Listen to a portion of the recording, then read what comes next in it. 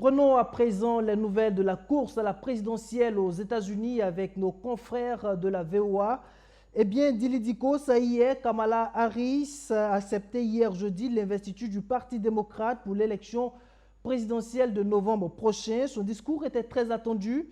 À la clôture de la convention, elle a notamment prêché l'unité dans un pays ultra polarisé. Alors, essentiellement, qu'est-ce qu'on peut retenir de ce grand oral? Kamala Harris, hier, a demandé de mettre fin aux divisions, comme vous l'avez dit. C'est un discours unificateur. Kamala Harris a parlé des principaux éléments de sa campagne, à savoir la lutte pour les droits et pour la justice pour tous les Américains et aussi pour les femmes afin qu'elles puissent disposer de leur corps et les droits, la reproduction. Également dans ce discours, des éléments de la politique étrangère tels que Kamala Harris la voit. Elle a abordé la guerre entre la Russie et l'Ukraine, mais aussi la place de l'Iran dans le monde et la façon dont les États-Unis tiennent de l'Iran. Eh bien, vous avez parlé tout à l'heure de la politique étrangère qui a été abordée au cours de cette convention. Eh bien, l'ombre de la guerre israélo-palestinienne a aussi plané au cours de ce congrès. La prétendante à la Maison-Blanche n'est pas restée insensible justement à ce qui se passe à Gaza. Elle compte prendre ses responsabilités pour conclure un cessez-le-feu le plus tôt possible si elle est élue. Ses détracteurs parlent de l'hypocrisie de Kamala Harris, estimant qu'elle est actuellement la vice-présidente des États-Unis, mais elle n'a pu rien faire pour régler cette guerre. Donc, ils ne comprennent pas comment elle pourrait le faire, même s'il faut dire qu'aux États-Unis, la vice-présidente a très peu de pouvoir. Alors, Kamala Harris a travaillé avec Joe Biden pour un cessez-le-feu à Gaza et elle continue à le faire. Elle a dit que pour les 4 prochaines années, et elle espère dans un futur proche, elle va continuer à travailler pour un cessez-le-feu à Gaza dans les 5 prochains mois aux côtés de Joe Biden. Et si elle est élue avec son vice-président Tim Walz. Hier, après le discours de Kamala Harris, nous avons eu des réactions des participants, des personnes qui étaient dans la salle.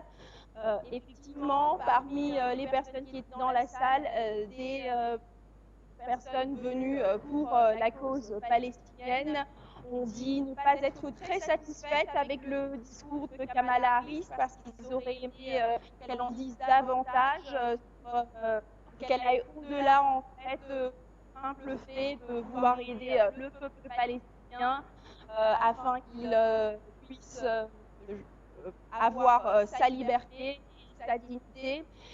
Le flambeau en main, on peut dire désormais que la campagne est lancée. La candidate démocrate entamera une tournée dans les États clés, ce qu'on appelle les Swing States. Est-ce une étape déterminante avant le 10 septembre face à Donald Trump? Ce sera justement le débat entre les deux prétendants à la Maison-Blanche. Oui, c'est une étape très déterminante. Il faut préciser que l'élection présidentielle du 5 novembre aura lieu dans exactement 65 jours. Donc il reste très peu de temps à la fois à Kamala Harris et à Donald Trump pour convaincre les Américains pour être élus à la présidentielle. Donc il s'agit d'un moment crucial, 65 jours. Et là, dans 2 semaines, vous l'avez dit, le 10 septembre, le premier débat entre Donald Trump et Kamala Harris, ce sera l'opportunité pour eux de montrer davantage la direction dans laquelle ils veulent amener les États-Unis.